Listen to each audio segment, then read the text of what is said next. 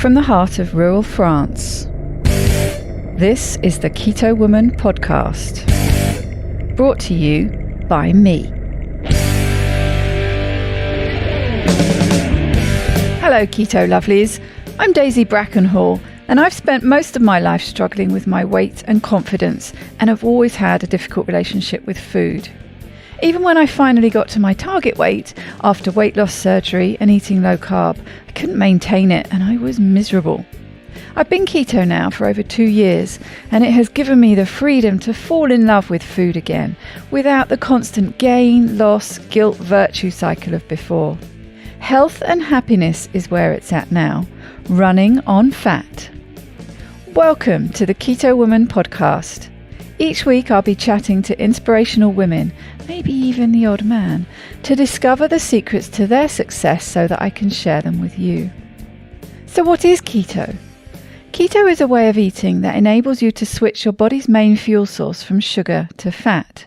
Who doesn't want to be a fat burner, right? But how do we achieve this? A great place to start is by keeping carbs under 20 grams a day. So things like leafy greens and above ground vegetables, plus some nuts and seeds and the incidental carbs you find in things like full fat dairy. Choose delicious fatty proteins and be free and easy with oily dressings on salad and butter on your veggies. Once you're in the swing of things, you can tweak it to suit you. Make your own personalized keto. You'll hear all sorts of ways to keto from my guests. There is no one way to do keto, no one size fits all. I hope to show you just how flexible and fabulous this way of eating can be. I'm not a doctor, and most of my guests won't be either, so we really can't give you medical advice. It's always best to consult your own doctor when making big changes to your diet and lifestyle, because they know you and your medical history, and so have access to the bigger picture. Wouldn't it be helpful to have one place where you could find all the links? Want to sign up to my new Patreon exclusive Facebook group, Daisy's Lovelies? No problem. How about subscribing to my YouTube channel? Please help me notch up my first 1,000 subscribers by going to links.ketowomanpodcast.com and following the YouTube link. Not following me on Instagram yet? Hit the Instagram button. You get the idea. All the buttons, all the links you need are at links.ketowomanpodcast.com. Welcome to episode number 165. This week is a special throwback to the early days, and who better to listen to again than podcast favourite Chef Taffy Elrod. I found myself stuck with either a very long episode or a double that would be split over too long a period, so I made the decision to repeat an episode for the first time.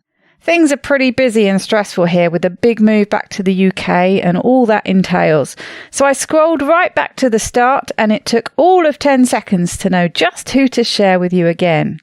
It's been a really stressful and busy year for Taffy too, so I haven't been able to record with her for a long time, and I know you all miss her very much. Maybe you are new to the podcast and haven't met her yet. Either way, you're in for a treat, because she is most definitely extraordinary as well as very wonderful. I'll link to all her episodes in the show notes, which you can find at ketowomanpodcast.com/165, or click on the link in the description wherever you're listening to this episode. She hangs out a lot on Instagram, so go follow her there to see all the delicious things she makes, at Keto Cooking School. If you don't know Taffy already, this is a little bit about her. Taffy Elrod is a professional chef, cooking instructor, recipe developer, food writer, and former restaurant owner with over 20 years' experience in the food industry. Born into a family of artists and cooks in Ann Arbor, Michigan, she learned early on that food was a powerful medium for creation and change. She is passionate about empowering others to cook and enjoy the food that matters most to them. Taffy resides in New York's Hudson Valley, where she cooks and develops recipes with her husband, Pizza Man, and their rescue cat, Kit Kat. I really enjoyed listening to this again after so long. This was way back when Brandon used to do my editing. Gosh, that feels so long ago now. Always a treat for me to listen to Taffy. I hope you enjoy it as much and have something nice to look forward to for Christmas, or whatever festive day you celebrate. Maybe like my dad who lives in Thailand, it's more about New Year's instead. It's going to be strange for most of us this year, isn't it? Mine will be much the same. Just me and the dogs and cats, and a day where I get to do whatever I feel like doing. Keto Woman actually falls on Christmas Day this year, so I will be beaming out to you across the web waves with my keto buddies for a very random and rambly chat. Take good care of yourselves, stay safe, and I hope you get to have some good times over the holidays.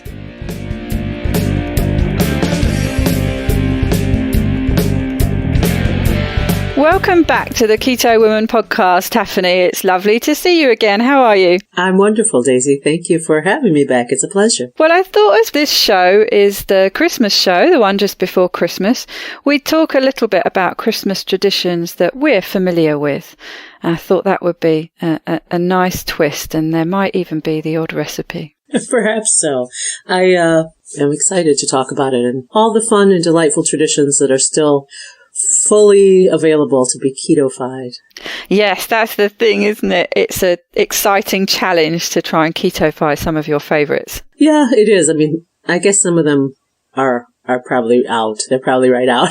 But there's a lot that are still very much available and that can be enjoyed in new ways, and then maybe some new traditions in the making too. Yeah, and I think quite often actually you come to enjoy the keto-fied one even more, even if it is quite different from what you were familiar with before. Yeah, absolutely. One of the things I love about this way of life is that I found that a lot of the holiday traditions and special foods that I cook, somehow I find myself enjoying them more, becoming creative with them in new ways, and that oftentimes they become more delicious, actually. Yeah, all the better for being keto. Yeah, it's interesting. But as I mentioned before, as a chef, I really love this way of cooking. It really resonates with me. Absolutely. And a lot of great stuff that maybe was pushed out that can be brought back in. You know, there's so many things like eggnog. Hey, who knew that eggnog would end up being such a perfect ketogenic holiday treat? Absolutely. And something I keep meaning to make, actually, which has been a tradition of mine at Christmas, a little tipple, the Bailey's Irish whiskey and cream. And that's actually super easy, isn't it, to keto-fy? So yeah. I must do it because it's something I've always liked. Some of that, it's sickly and it's rich, but over some ice. I've always rather liked it at Christmas, so I'm determined to try that this year. Yeah, well, absolutely. I mean, that's, now we can use our heavy cream with impunity and enjoy those things the way they're meant to be enjoyed, because the holiday is, in theory, a feasting day, right? So, maybe you've been fasting, maybe you haven't, maybe you follow some sort of religious fast before the holiday, but that day, that feeling of really allowing yourself to feast and enjoy and appreciate what the holiday is about, I feel like it sort of releases some of that back into the spirit of the season. Absolutely, and goes well with the format that quite a few people who are keto get into, the whole feast and fast process that they go through. So it really does resonate well with that, doesn't it? Yeah, I think so. So why don't you kick us off and talk about the first tradition? Well, since I just talked about feasting, here where I am in New York State, there is a large Italian-American population. I have some Italian heritage as well in my family. And in this area, they love their Feast of the Seven Fishes, or the Vigil, but everyone here seems to call it the Feast of the Seven Fishes. And what's funny about it, it's called the Feast of the Seven Fishes, but Christmas Eve is traditionally considered a fasting day in traditional Catholic and some other Christian traditions. So it's seafood because it's a fasting day in which there's no meat. But it's become this enormous, bountiful, amazing feast of every seafood you can imagine. Even though it's called the Feast of the Seven Fishes, some people do 7 different types of seafood in their meal. Some people do 7 different courses of seafood. Some people do, I don't know how many, I don't know, like they just get every seafood they can get and they cook for 3 days straight and they have so much seafood. And we were lucky enough to be invited to a friend's last year to partake without even having to cook, which was nice. And I mean, there was boy, oh boy, there was lobster bisque, there was stuffed oysters, there was mushroom stuffed with clam, seared scallops. I mean, the list just goes on and on. I honestly can't recount everything. There was definitely something with caviar, and there was raw clams, and there were steamed clams. And like I said, of course, a lot of folks here do calamari, or they'll make a seafood stew, cioppino, something like that, whatever it is. There's always some shellfish. There's always usually some sort of white fish or, salmon, something like that involved. Here, it's a tradition that people really, that relate to. It goes back. Their grandparents did it for them. They do it for their grandchildren. And it has such a excitement and a joy to it. I really love that. It really is this, it's before midnight on Christmas Eve, especially if you're going to midnight mass, before midnight mass. And there's so much family and excitement and joy involved in it. And I love that it's a tradition that preserves that really is about bringing everyone together and really being involved together, and whether you're shucking clams together or whatever it may be. It sounds absolutely amazing, and my idea of heaven. Really, truly delicious. I would love to participate in that feast. So it's interesting that you said though. So that's actually classified as a fasting day purely because you're fasting from meat, but you still have this huge feast of all things fish and seafood. It's sort of American tradition, probably. That's probably where the American in the Italian American comes in, having such a bounty. There are other fasting traditions where I'm not expert in this, but I've heard of it, like for instance, in Ukrainian tradition where Orthodox, I believe, that they have what is essentially a vegan meal. There's no meat, there's no dairy, there's no cheese or anything. So, the different people have a different sense of what it means to fast, but obviously for some that means no meat. I have to be honest that the vegan equivalent does not sound as delicious. Well, I've seen some pretty amazing, intricate dishes that are beautiful, but it sounds more like a fast. It doesn't sound quite as luxurious as all that wonderful seafood. That's right. And maybe a little champagne. Yeah, but that would improve it, yeah.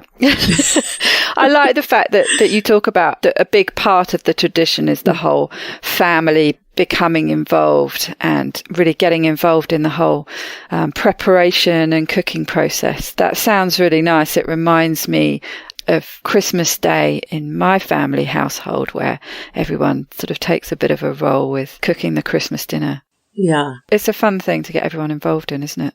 Absolutely. I think whatever the tradition is, it always is more enjoyable and more rich when what it really is doing is bringing people together to have a way to interact with one another and enjoy the time together. Obviously, seafood is good for that because it's interactive. Like I said, you might be shucking clams, or it's one of the few foods that Americans still bring home whole, like animal foods, whole or even alive, that they actually prepare from beginning to end. And it's that very sensual involvement with the food that I think is very meaningful. And then again, with whoever that may be, your family, your friends, like the friends who invited us last year, that you are involved together and you're enjoying it together. And I think that is a true feast, whatever it may be, whatever this, the holiday or the occasion is. We want to have that conviviality and that feeling that we're brought together by something and, can really celebrate with one another. One of the things I like about seafood when it comes to the table, still with things that it's that whole unwrapping thing, isn't it? And you get, your hands get dirty and you've got those dipping bowls in the middle to clean your fingers off with, but shucking the prawns and the digging things out of shells. And it's all very, I don't know, there's something quite sort of primal and exciting and, sort of reminds you of childhood in a way, just sort of making a mess. Yeah. Exactly. And there's a satisfaction there from being involved and getting your hands a little dirty and really feeling like you're getting at the meat of something. That I think really is primal, whatever you want to call it, and, really speaks to our our humanity and makes us feel connected in a different way. I mean, that's purely my opinion, but I do think there really is something to that. And like I said, so I think for that to be involved in your holiday fare, really does bring out that excitement and that fun in people. That's a great idea. I'd love to bring that tradition in. Yeah, the seven fishes feast on Christmas Eve. Yeah, I'm definitely up for that. Yeah, right. And it's on Christmas Eve too, so you're leading into the holiday, and it's sort of a build up. It's not even the main event, so although it kind of is the main event for some people, I think. But like I said, so it's really a great way to really start that holiday excitement. Absolutely. Well, that's a good one. Let's have another one. Well, I have been lucky enough to spend the holidays with a few different people, especially once a little different from the Midwest to move into the East Coast when I came to New York. And another holiday tradition that I've taken part of that I think is really great, brilliant for keto is with a friend of mine whose family's from Jamaica, and her mother made her traditional goat curry or curried goat. Slow, long cooked braise of goat meat, which I guess not all Americans eat or have eaten. That was probably the first time I'd ever had goat, maybe the first or second time. I was surprised that it was more tender and, sort of a gentler meat than I expected. I think I was expecting something gamier. And of course, braising anything, and when you curry something, that amazing flavor and that richness of a long, slow cooking. And she made a wonderful meal. She made homemade eggnog, which was the best that I've ever had. I'm not a huge eggnog fan, but that was good stuff. Mm-hmm. And the hibiscus or sorrel punch, that's, the hibiscus, the red hibiscus flower that's made generally with some rum, I do believe. That sounds interesting. So presumably it adds a flavor note to it, does it, the hibiscus? Oh, yeah, absolutely. It's a little bit tangy. And, of course, usually then there's some spices involved as well. I don't have a recipe myself, but, there's some spices there. And everybody, I think, sort of has their own, their own brew, their own blend. It's light. It's refreshing. It's like a punch. It's punchy. It's a beautiful red color. And it's, I like that. It's got that little tanginess to it. They serve it in the city at a lot of different events and special occasions, iced in the summertime. If you ever go to the Labor Day parade, the West Indian Day parade is everywhere. And again, very festive. So between the sorrel punch and the eggnog, you're good to go for the holidays. Yeah, you need the curried goat to soak it all up. That hibiscus punch sounds like it would go quite nicely, actually, with the curried goat. Yeah, I certainly thought so. Only this is me as a bystander. As someone just being luxurious enough to just enjoy it. Definitely. But that's the thing, isn't it? In the name, I know you get looked at with daggers if you say goat curry. It's not goat curry. It has to be curried goat, isn't it? Is that right? I think so. Again, maybe I'm not entirely sure, but I think it's better to say curried goat, preferable.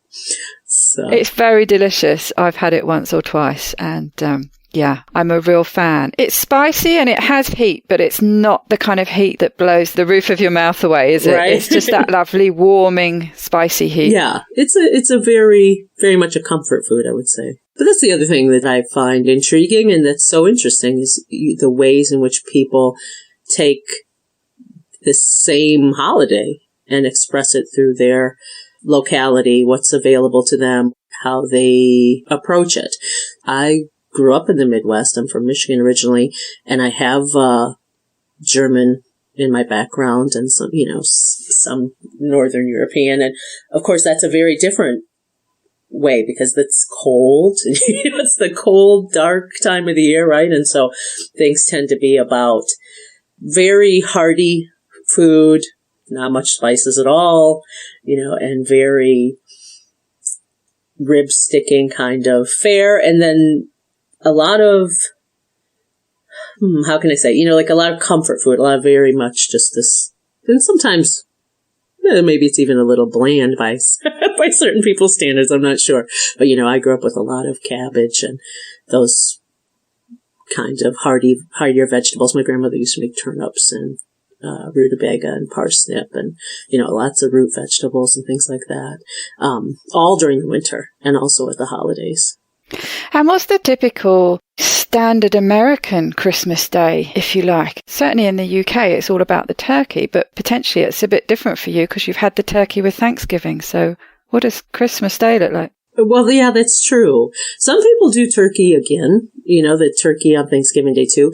I really think Christmas is very personal. Everyone, I don't think there's a standard meal, and I think, and I probably don't even know all the Christmas traditions going on out there, but whatever your background is, I think some people, I know someone who gets together and the whole family makes like these Italian dumplings together, that's their big Christmas thing. And of course, some people do roast beef or a tenderloin, turkey. There's, goose. My father's girlfriend is from Hungary. They do a roast goose. I don't know. Maybe someone will tell us, that we're wrong. Somebody else said right in. I don't know if, as I can say, there is one traditional American Christmas Day, feast or food. There's so many different traditions that people bring to it. There is quite a typical general standard expected Christmas dinner in the UK. But what's coming across from what you're saying is that it's very much steeped in your family and community's tradition. So like you were saying, it is very different depending on your family and the cultural influences, also the community in which you live and that you're used to. So it is a very traditional thing that comes to be in your family over generations that is influenced by your heritage, but comes to mean something different depending who you are and who you spend time with. And I like that. That's how I see it, looking at it, asking myself, did I ever ask myself before what's really Christmas tradition? Probably not to this extent because, I've cooked some different meals for different folks and, all sorts of things, even from like Maltese curries to, vegan meals. And I really do think it's your community, your family, your background. It's what's close to your heart. And, my grandmother used to make baked spaghetti on Christmas Eve. And I think that was sort of a nod. Yeah. So, my maternal grandmother was German, but my maternal grandfather was Italian. And I think that was sort of a nod to his background, a la the Midwest. So we would have baked spaghetti for Christmas Eve. It was every year. We loved it. It was our tradition. Apropos of anybody else's tradition, I couldn't say, but that was our tradition. And then we had a more sort of traditional meal on Christmas Day. But by traditional, I mean traditional, but it was vegetarian. So again, sometimes I think maybe I'm just out of the loop on what other people were having on Christmas Day because we had such a funny, unusual, I have an unusual background. My dad's folks are from down south, but I didn't get to spend that time with them. I didn't do the holidays with them. So I sadly can't even say what what their holiday traditions really were, beyond the obvious things of, yams and things like that. So yours had a vegetarian twist. What kind of vegetarian Christmas traditions did you have on Christmas Day then? Well, it's funny. I mean, it's not much worth mentioning when it comes to keto because it was, of course, very carby. But my grandmother, who was the spearhead of the vegetarian, she would make sort of a traditional meal just without the meat. So she made dressing and mashed potatoes and, there was always a relish tray. So at least that was we could still have a relish tray. We had olives and radishes and celery and pickles and things like that. And then we had a sort of faux turkey alternative. that I actually loved when I was a kid. I can't imagine eating it now, but I loved it when I was a kid. Well, I know one of the things that used to, anyway, it's probably a bit dated now, that got served up in the UK as the vegetarian alternative was a nut roast. Oh. It was some kind of meatloafy thing, I think. Well, obviously not meat because it didn't have any meat in it, but a sort of... Right, but it was loafy. Yeah. I know what you mean. Yeah. I've definitely had some of those. She didn't do that. She actually would buy a prepared loaf or roll from the Seventh-day Adventist Church, because, of course, they had vegetarian, options that they had all the time. They had their own little shop there. So she would get that, and we would have that, and, then all the accoutrement. Even, I think, some sort of gravy probably to go with it, meatless gravy, now that I think about it. Interesting. So, yeah. But she was a really good cook, and she experimented a lot. And the funny thing is, her dressing, she made really good dressing or stuffing. And it was, back then, she was doing like gluten-free and whole grain. We didn't have any white flour or anything like that in the house. And maybe that was part of what made it so good, because she would just like collect all these unusual millet bread and things like that, So it was definitely, ours was not traditional by any means. I can say that much. It sounds like she made it tasty, even if now you're thinking, well, where's the good bit? But it sounds like she really did make the most of what she did use. She really did. She really was a really good cook and baker, and loved to experiment, and made a lot of things that really were delicious no matter what. She had obviously cooked traditionally before. She had grown up with, on a farm, and she had cooked meat when she was younger. But she, like a lot of people in the 70s, or late 60s, she had made some changes, and, which in fairness, she had made some good changes. Again, like I said, she had cut out white sugar, she had cut out white flour, and preserved, a lot of prepackaged foods and things like that. And she had a positive effect on her health doing that. So it was a step in the right direction. And is she someone who inspired you in your passion for cooking? Perhaps that's where the bug started biting, to cook yourself? Absolutely. Absolutely. We lived with her growing up, and she was in the kitchen a lot by necessity, but she also knew how to enjoy it and be creative. She was an artist also, and she approached everything sort of that way, I suppose. I can still remember she had very expressive hands, and the way she would be working with them, whatever it was, whether she was drawing or, sculpting or gardening or cooking. She helped to stoke a passion in me for food, and seeing that you could be open to food and experiment with food. When I was young, we lived in Detroit, and she would take me to the local deli, and, we'd get sauerkraut and Greek olives and feta cheese. And I could just eat cold sauerkraut out of a paper boat, like at, 3 years old. So I guess I was open to food back then, and, she really encouraged that. That's lovely. I think that my paternal grandmother actually probably influenced me a lot with cooking. She used to make some weird stuff. She used to get excited by cuisine from places she visited, like when she went to visit my father in Thailand, and came back full of, stir fries and things. Yeah. Except that she often used to make her own twist. And I used to call her stir fry stew fry because she just cooked it forever. So it kind of sort of missed the whole point, really, but vaguely resembled the original dish. But she was doing things when I was younger, things like making her own yogurt and things like that, which weren't the norm. Mm-hmm. She was often quite ahead of her time, and she had to get quite creative with food because Grampy had, I don't think he was actually celiac. I'm not sure he was ever tested, but he certainly had big problems with gluten. So she used to make all these different alternatives using things like, actually now, of course, and getting into keto cooking and baking, she was using a lot of things that we do, things like almond flour.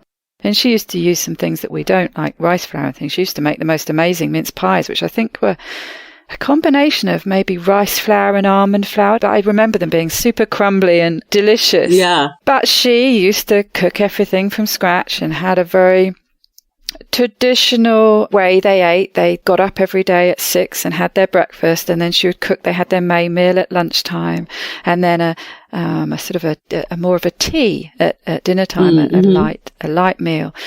But whenever I stayed there, and I used to often go and stay there in the half-term holidays and things, and I was very much involved in the whole process, in the cooking process. And then there were lots of jokes with Grampy about eating. He used to love all the things that he couldn't have with the gluten intolerance. He loved his puddings, or desserts, as you call them. Right. And when Granny used to ask if I wanted seconds, he used to look at me, no, you don't want seconds, because he would get whatever was left. So any seconds that I had, 8 out of his seconds. But it was lovely. And my mother as well really has cooked things from scratch and has been very frugal with, trying to eke out as much as you can from everything. Yeah. Making things from the leftovers of the roast chicken, say, eking it out into pies or whatever later, and then making a stock from the bones. Right. It makes a difference, doesn't it? If you grow up surrounded by that, it really influences how you approach eating and cooking. Absolutely. It absolutely does. And one of the things that I love about this way of eating, of whether you want to call it, if you're keto or low carb, high fat, or you're banting, whatever it may be, is that there is a return, to an appreciation for those things. And so roasting meat on the bone means more than one meal. It means soup. It means stock. It means, these very comforting and very sustaining things, and oftentimes we get so caught up in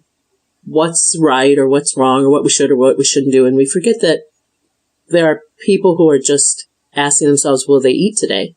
And that's, that generation of our grandparents, they lived through that, and therefore they had a very different feel about food and how to prepare it. And how, my grandmother lived through the Depression and World War II, and she could, boy, oh boy, could that woman make anything last forever, and make everything stretch. And, that generation, my father's mother raised 12 kids. She and my grandfather, same thing, Depression, born in the segregated South, raised 12 children, and, knew how to. My dad always jokes about how my grandmother could feed 12 people with one can of tuna. She knew how to make things go a long way. Yeah, absolutely. It feels like just a respectful approach, I think, to treating food in that way. So if someone gives you a chicken and you start with that, it feels to me respectful of that bird that you're eating in the first place. Yes. That was a living thing and is now on your plate. Right. It feels really disrespectful to me not to make the most of every part of it. Yes. To throw bits of it away when you could be getting more meals out of it. Yeah. And more nutrition. That's the other thing, is we somehow take the most nutritious things for granted, or we refuse them. I don't want those bones. I don't want those internal organs. I don't want to see that it was a living creature, or whatever it may be. A lot of people have gotten very disassociated from the food. And like I said, again, what has sustained us and allowed us to survive and propagate is usually those things. Bone marrow, bone, cooking an animal so that there's enough for, to serve. One animal can serve who knows how many people, and maybe I'm a bit off track from holidays, but that's what I think it comes back to, because that is, again, that meaning of a feast is that perhaps there were some very lean days, and that feast is a real celebration of life and gratitude, and that we're being sustained, or have that luxury of having something more than just the very little to get by, or having nothing. And again, sometimes I see that people are very caught up in just what's important to them, theoretically about food, and that's great. I mean, you should do what is best for you, but I hate to see it become so far removed from the reality that every day that you have food to eat is something you should be thankful for, because right now, amongst us and all over, are so many people who are not going to be eating today. And I try not to, I don't want to forget that. And I've had lean times as a single woman in New York City, that it was a question for me. Well, will I really be eating today? But I was surrounded by food. It wasn't a famine. I didn't have to really starve. So, no, I think it is an important part of Christmas and festivities and times of celebration to remember and think about those people that don't have access to all of that, because for every second that we're enjoying ourselves, there's someone who isn't. Yeah.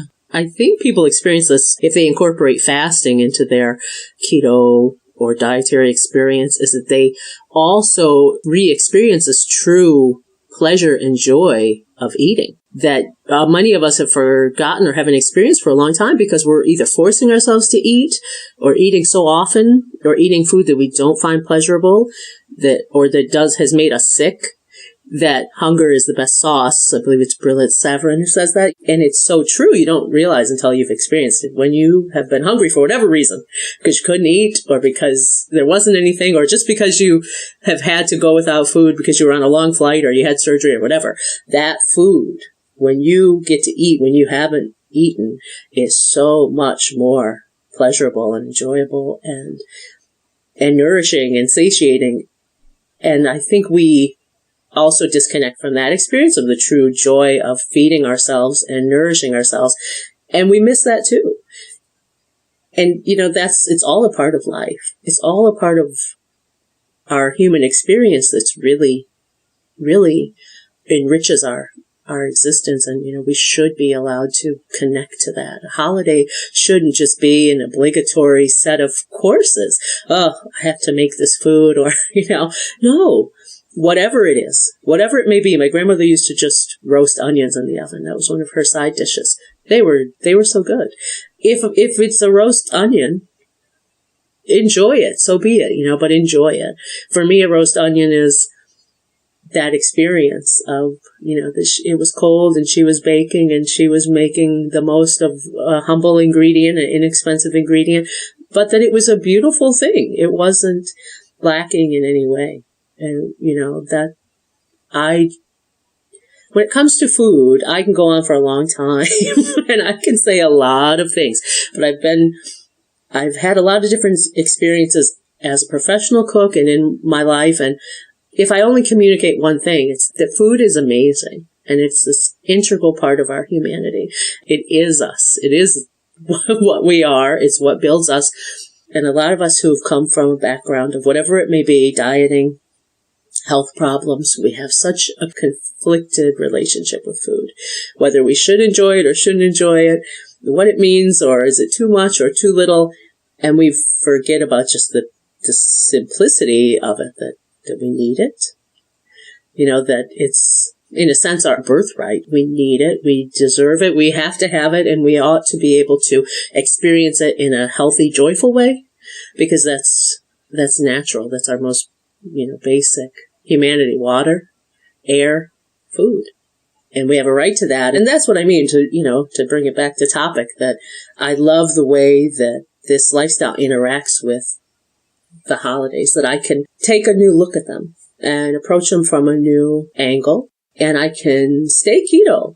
I can say, well, I remember those good times I had with sugar cookies or whatever, but to heck with it. This is, I'm moving on and I'm going to have some new good times with some new things. And I'm going to have butter on that. And I'm going to, really roast something beautiful and make a, roasted side of Brussels sprouts or a vegetable puree. We say cauli mash here a lot, or cauliflower mash. But again, it's a return to a tradition.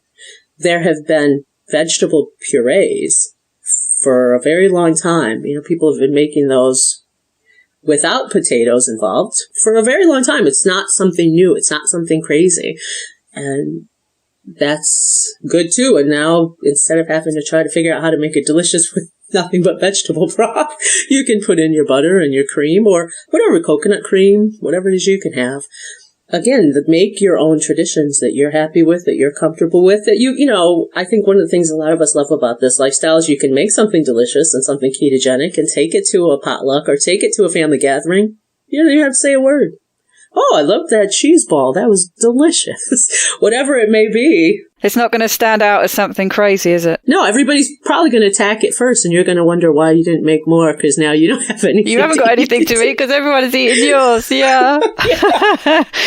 No, I think it's really lovely to have that mouth-watering anticipation again about food. Yeah. And you're right that if you do experiment at all with fasting, that really comes back. Even fasting for 24 hours, fasting just by skipping breakfast and just having a longer time before your next meal really just has that mouth-watering sensation that you have thinking about what you're going to have. Yes. Is fantastic. And having the added flavor that comes into that of associating it with the favorite things that your grandmother used to do just really adds to the sensations and the flavors and the taste of that food and the whole experience of it, doesn't it? Yeah, absolutely. My family at this point, my immediate family is my husband and I. We spend our holidays together, our working days together. So I don't do big meals for us. That would be a bit much, especially since I cook all day, every day anyway.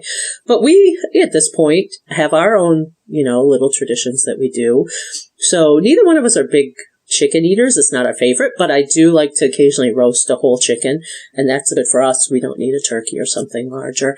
And I love to roast a chicken simply, but with a lot of flavor. And again, so that I can make a pan sauce and have these added side dishes or whatever. But it's very simple.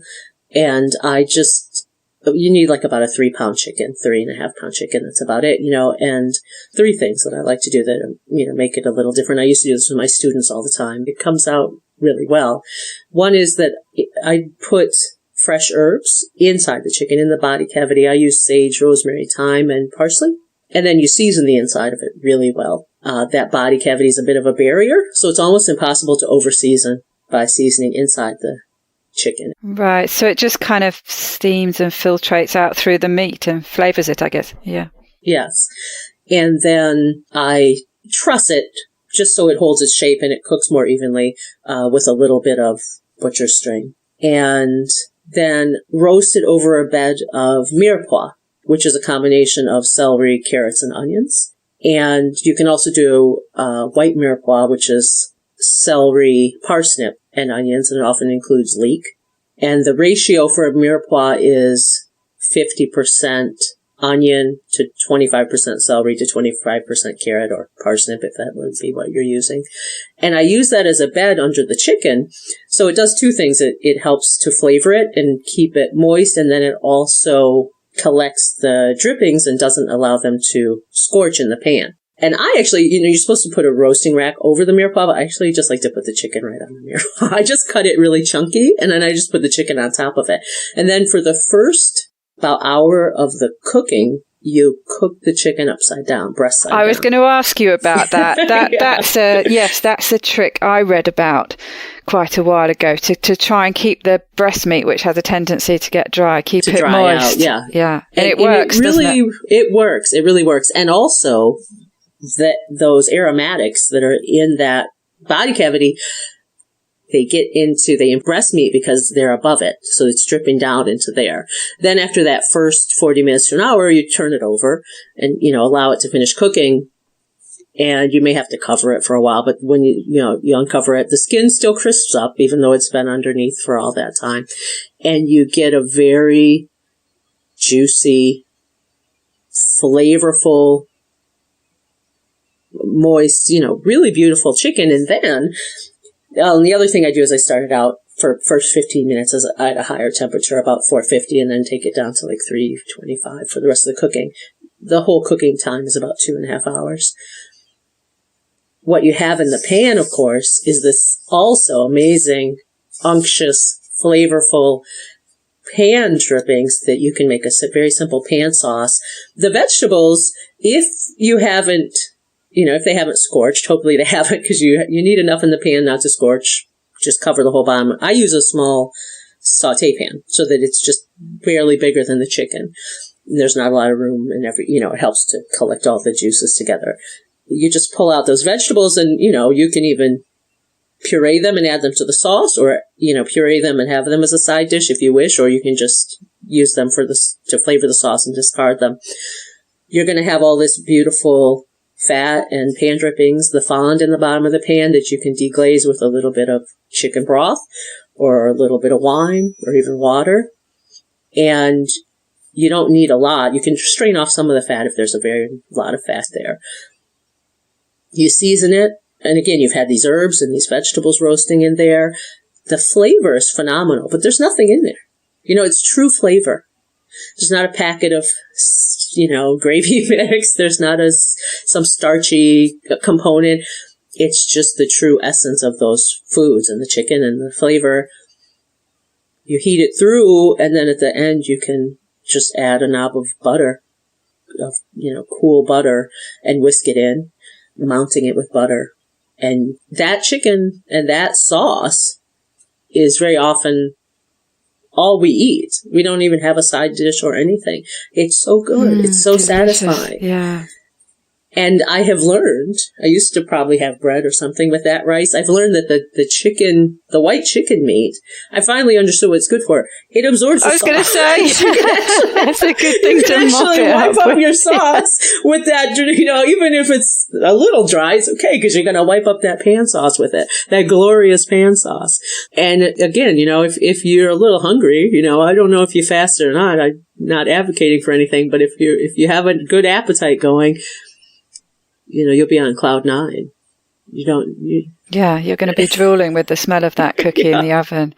Now, I mean, I've always made, and this comes from my mother, watching her making gravy from roasting whatever meat you've roasted, and then you take those pan juices and you mix it, usually what she used to use, and I've always done the same, is using the water from the vegetables and that you've cooked as the side dishes. Right. And what I used to do actually was to start with the first thing that you'd cook at that time. I used to have my roast potatoes, but cook the potatoes in the water, and then you drain off the potatoes when you put those in to roast with the meat, and you keep that water and you cook the next thing. So I don't know, maybe it was some carrots, and you cook the carrots in it, keep the water, cook the cabbage in it. So by the end, you get this quite reduced down vegetable stock, which then again adds the flavour in with the meat juices and makes the most fantastic gravy. Yeah, absolutely. We were talking about what's going to happen on Christmas Day with the cooking this year, actually.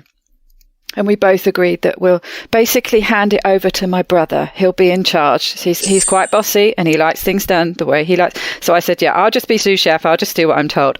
But I said, no, the one thing that nobody can match is your gravy. So she'll be making the gravy, and that with the turkey.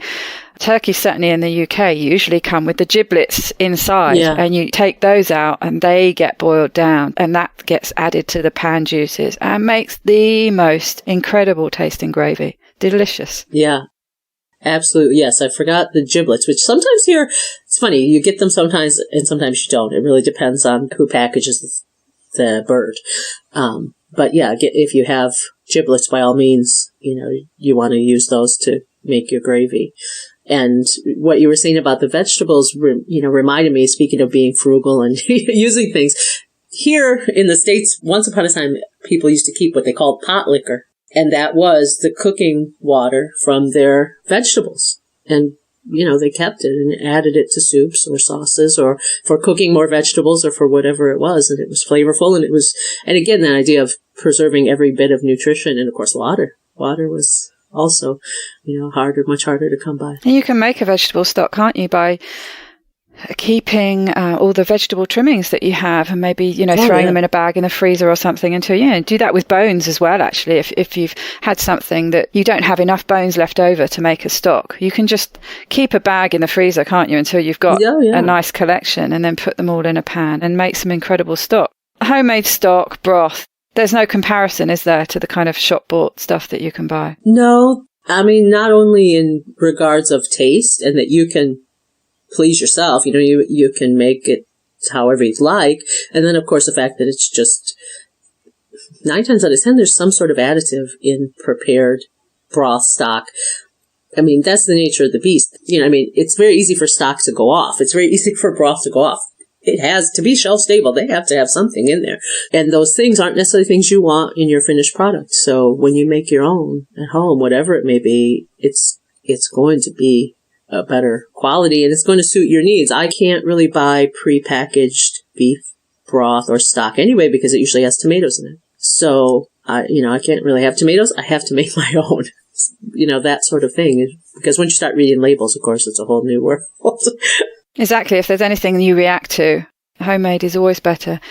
So what else do you tend to have with your chicken? I know you said that quite often you just eat your chicken, but are there any favourite sort of little side dishes that you tend to cook up? Well, I'll make sauteed mushrooms to go with almost anything. I love mushrooms, any kind of I don't care what kind they are. They're great sponges, aren't they, for flavour and fat and sauces? Sometimes when I want something to mop up some sauce or some juice, I'll do that. And then, of course, I also make cauliflower puree. And I actually like making it a lot. And, it's funny. It's funny to say, but in a way, I almost like it better than potatoes at this point, is because it's so much easier to work with. So there's no worrying about making it gummy or soggy or, in the same way that you would have to with potatoes. But I do use the same techniques that I used to use for making potato puree. And that works well for me. I've seen a lot of people say that, it didn't come out the way they like, or it didn't come out creamy, or it didn't come out, and it's not potatoes. It will be different. But I actually have whatever you want to call it, a hack, a cheat, a shortcut, I don't know. Oh, tell me, because funnily enough, actually, I made cauliflower puree, mash, whatever you like to call it, yesterday. So I'm intrigued to hear your method. Well, the first thing, maybe somebody's going to get upset with me, but I use frozen cauliflower. And with no compunctions, zero compunctions.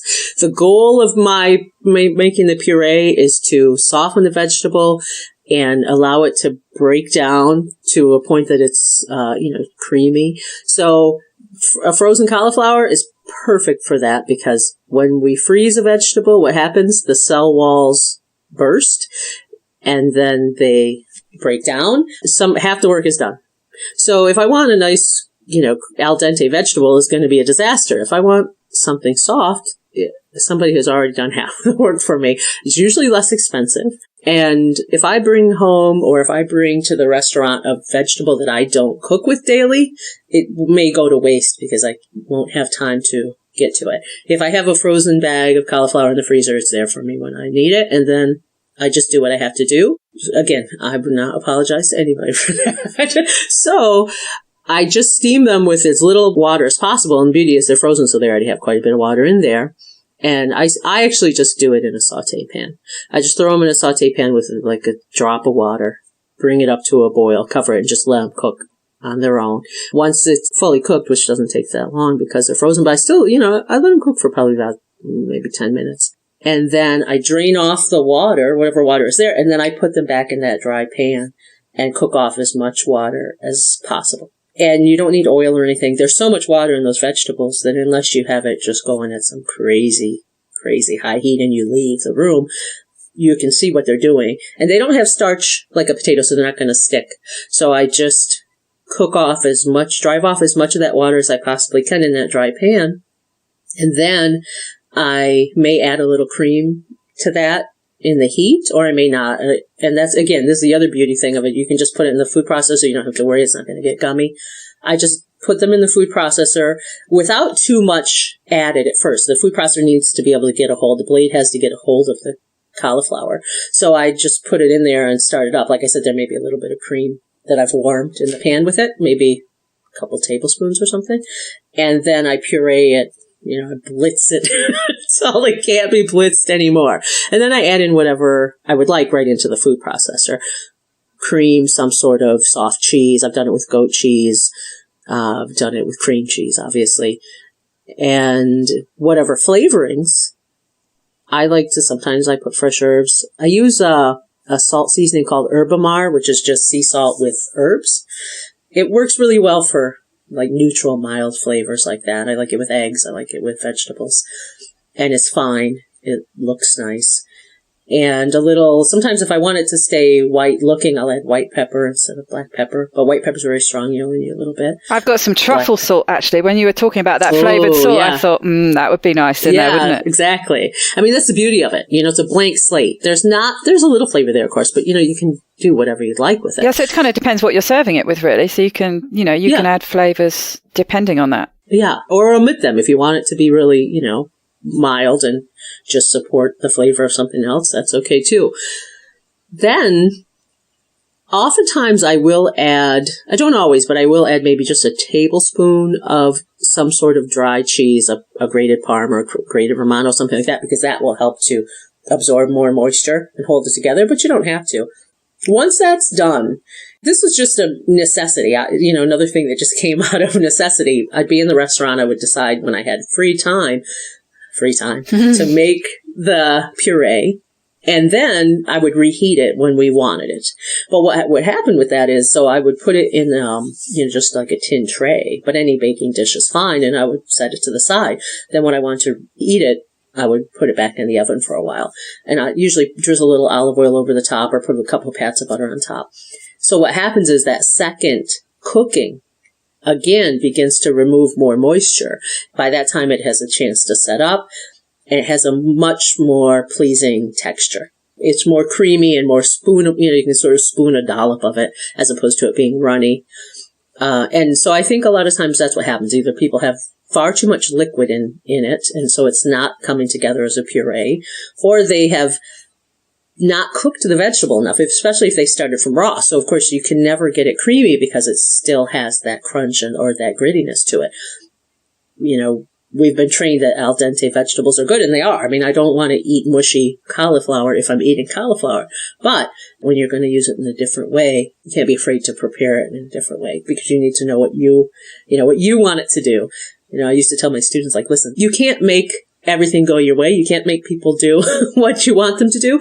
But when it comes time to cook, and it's you and it's your food and you're at your stove, this is the one time that you get to be dominant. You get to tell the onion what it's going to do. You get to tell the chicken what it's going to do. You get to bring, yourself full bear to this. And sometimes people are afraid of that. For somebody, they feel like the vegetable has the power in this situation. I'm not sure why, but, and they're intimidated. No, it's, go for it. The worst thing can happen is you could make a mistake, but that's okay. Mistakes lead to other good dishes. You'll do something else with it. That's how we learn. But you're going to be in charge. You're going to tell the cauliflower what it's going to do today, and that's perfectly acceptable. It's a tricky one, cauliflower, I think. And yeah, I've been put off because I think probably the first time I made it, I boiled it and there was too much water in there. And I ended up, when I blitzed it in the food processor, with a wet wallpaper mush that was disgusting. Yeah. So I was really put off making it. The way I made it yesterday, actually, was to roast the cauliflower in the oven. So I had it in a tray, and so this is from Fresh. Yeah. I had it in a tray, and I covered it with foil. So it was steamed, but I'd put no water in there. I'd washed the cauliflower, so I guess there was a tiny bit. And it steamed for a while, and then I took the foil off to dry it out a bit, and then put it in the food processor. But I tell you what, I think I was afraid of from my previous experience was over mixing it. And so I've ended up with it tasted fine, but it was much coarser. Yeah. And probably had a slight bite to it. But I think I was afraid of overdoing it because I thought maybe I was going to end up with this mush that I'd had before. And I think a lot of people seem to struggle with it. So I'm definitely going to try your method, because that sounds really probably the easiest way and most foolproof to get something that tastes good. Yeah. Because that's the thing. You mess around with these things and you make something and you spend time making it and you end up with something that's disgusting. And you're sort of, I'm never making that again. Yeah, exactly. I mean, that's, I guess, the privilege of being someone who cooks all the time. I know that sometimes things are going to go awry, and of course I've spent that time making my mistakes too, but I still have some brilliant idea and try it. And I'm like, wow, was that a disaster? But luckily that's one disaster in life that I can perceive as, okay, I learned something. Of course, I don't want that to happen when somebody's waiting for their meal, but, on my own, I could make that decision. And the puree of most vegetables, as long as there's not a lot of water in there, I mean, you can puree it forever. It's fine. Just like making soup in a Vitamix blender, you can puree till you have soup. It'll be fine because it doesn't have a starch or, a gluten that's going to react in a bad, adverse way to that. You just have to get the water out. And, I love roasted cauliflower. I don't know how many people who told me they wouldn't eat cauliflower or they didn't like cauliflower. I know this young woman who literally, she had a fight with her sister about the cauliflower once it's roasted. I think it's amazing. It tastes like candy. And it soaks up flavors as well, doesn't it? I like putting, Indian type spices and olive oil and things. It's amazing. I always feel like I'm really eating like some kind of, even before I went keto, I always felt like I was like eating some sort of candy, like, oh my gosh, I shouldn't even be eating this. I don't know. But if I were to roast cauliflower, it would never make it to the food processor. It would be gone. It would never get in there. My husband and I would just be fighting each other and, there'd be like one piece left. So I will continue to steam it for, for my puree. When I roast it, I will just eat it roasted because I know myself better than that. It's a great tip, though, using the frozen cauliflower, because it's certainly the kind of thing that I've avoided like the plague. Because, like you say, normally you would be trying to turn those frozen florets into something that you're used to having as cooking from fresh, so having that bite to it. And so you've been put off from using it for years because it's just mushy. Yeah. But of course, when you want it to be mushy, mushy, why not give yourself a head start? For sure. I'm going to be trying that. And like you say, it's cheaper as well. Oh, yeah. And of course, if you don't feel like spending some time chopping vegetables and, some people don't wish to, and some people really genuinely don't have time to, hey, frozen vegetables have sort of the same bad rap as, canned vegetables. But depending on how they've been prepared and where they've come from, they often have more nutrients than the fresh vegetables because they're usually processed on site or near where they've been harvested. I'm speaking of, American processing, of course. I don't know about anywhere else. So oftentimes they actually are more nutritious and, in an odd sense, almost fresher. Yes, because they've been frozen, haven't they, very soon after harvesting. So instead of like something like a fresh cauliflower can hang around for weeks, if not months, before it ends up in your shopping basket. Yeah. And you don't realize that a lot of produce sits in storage somewhere until it's needed, until it's called upon, So not to knock fresh vegetables, don't get me wrong, I'm all for them. They're great. But like I said, I think as long as your frozen vegetables don't have anything added to them, and that's the other beauty of it, to freeze a vegetable, you don't have to add anything. You don't have to put a preservative. You don't have to worry about that. So, if they're good quality, I don't think you have anything to worry about. And the other aspect of that is, again, I think we often don't address people who don't have a lot of money to spend on food. They deserve a good meal. They deserve nutritious food. And, if it works for you to buy frozen, especially when they're on special, if your local store has a special on something, and you can afford to do so, or you have the room to do so, stock up. Bring home 5, 6, 10 bags of that frozen cauliflower when it's at a good deal, and then use it as you need it. Could you also cook it? This is another thing I've read, which I don't know if it's true or not, but cooking vegetables in the microwave can keep more of the nutrition inside because they just cook in their own juices. You don't add water to them. I was wondering if you could go straight from the frozen cauliflower and get it to soft in the microwave. Would that work or not? Yeah, you certainly could. I have a funny glitch that I don't have a microwave, so I often just forget that people have them. So I'm a little weird when it comes to that. Yeah, you could absolutely put that frozen cauliflower probably directly in the microwave without any added liquid as long as it's covered, I would imagine. And, same thing, just let it blast until it's ready to go. And the only thing is that extra step of removing the moisture. You would drain it out if there was anything left in there. And I don't know exactly how you would handle that. You might have to lay it out on a paper towel or something. Well, it's one thing actually that I've found. I have occasionally cooked cauliflower in the microwave is to get it that little bit drier is that you don't cover it. Or so you could cover it to start with so that it had the steam. But then you finish off the cooking. Like you were saying, you finish off the cooking when you're cooking it in the pan with it uncovered. Yeah. You cook it in the microwave uncovered and a lot of that steam goes away. That makes sense. I'll experiment and I'll get back to you with the results. Yeah. Now, I know you mentioned earlier to me before we were discussing this that you might have a recipe that the Brits are going to love.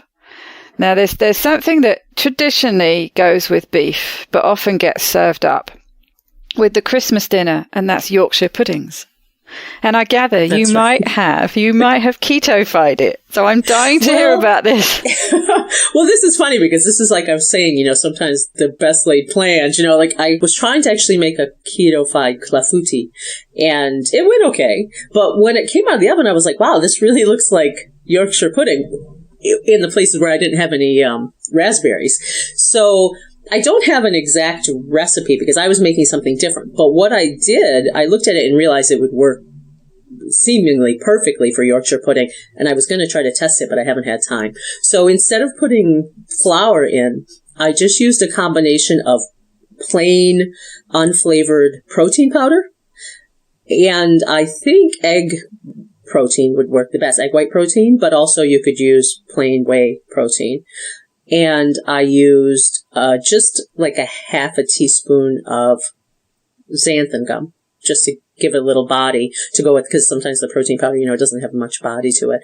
And instead of milk, I used cream and then the eggs. So I'm trying to think what's the usual ratio, but, maybe if you would use like, say 3/4 of a cup of flour, you probably would use really like about half a cup of protein powder, and then that half a teaspoon to teaspoon of xanthan gum. You don't need much. A little bit goes a long way. I would say start with half a teaspoon.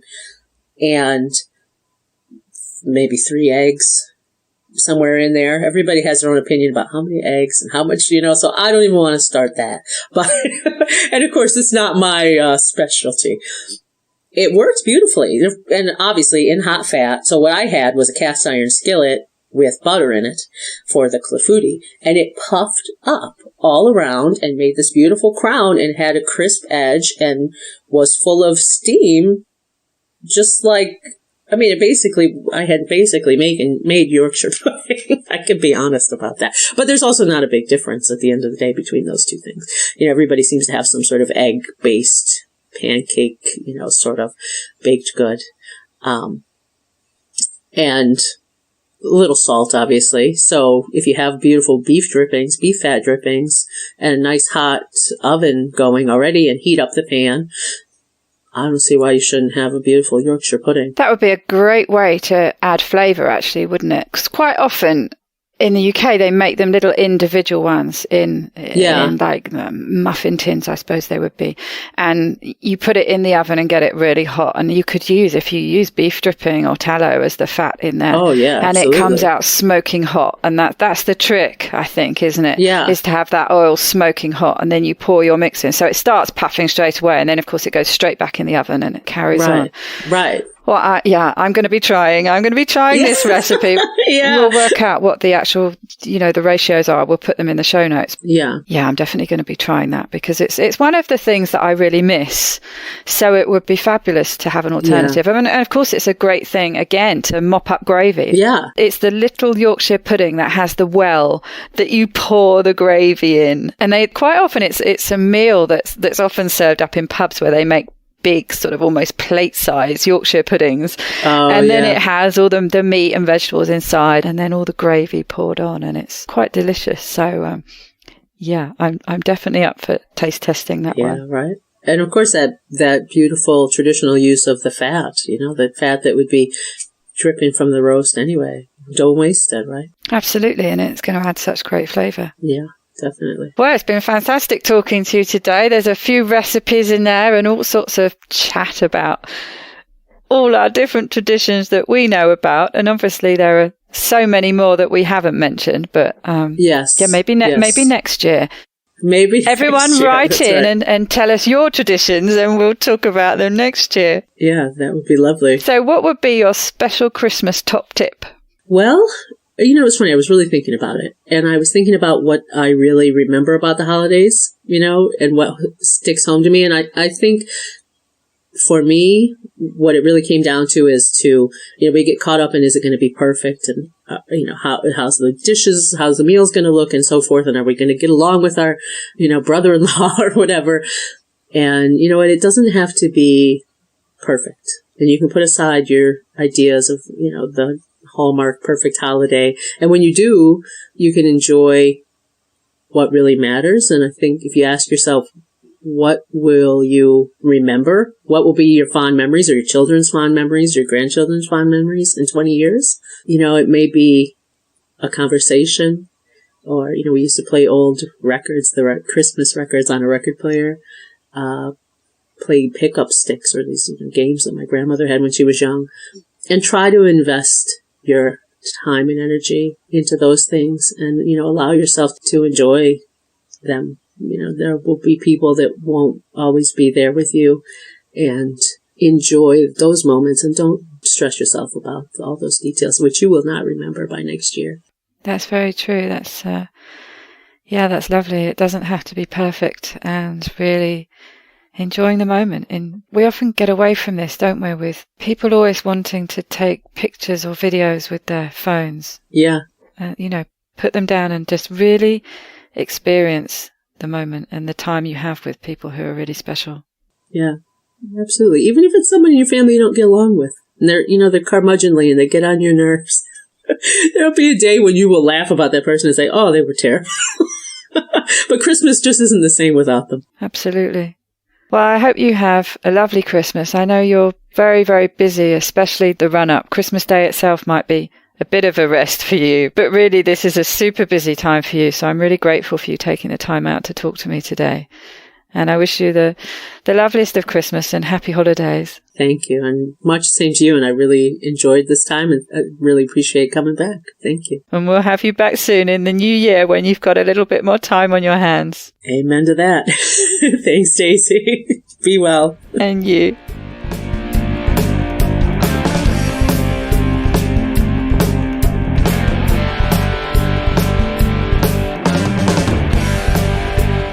To get the resources and links from this show, please go to ketowomanpodcast.com/episodes.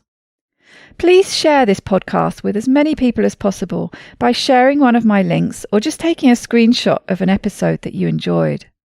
Reviews really help raise the profile of the podcast, which gets it in front of more people, but also helps me attract a wide variety of guests. So please take a minute to leave a review on whichever podcast app or platform you like to listen on. It doesn't go unnoticed by me, the people who regularly like, share and comment on my posts. Your support really does mean the world to me. Thank you. Are you enjoying this podcast? Help me make more episodes and videos by making a pledge at my Patreon page, patreon.com/KetoWoman. Or simply hit the support button on the Keto Woman Podcast website. Don't forget to join in the fun on the Keto Woman Podcast Instagram and Facebook pages, and Daisy_Keto Woman on Twitter. Are you my next extraordinary woman? Maybe you've got an idea for a show, a topic you would like to hear about. Let me know how I can tickle your earbuds by dropping me a line at daisy@ketowomanpodcast.com. This week's end quote is the same one from the original episode, and is from Virginia Woolf. One cannot think well, love well, sleep well, if one has not dined well. Bye-bye, Keto Lovely.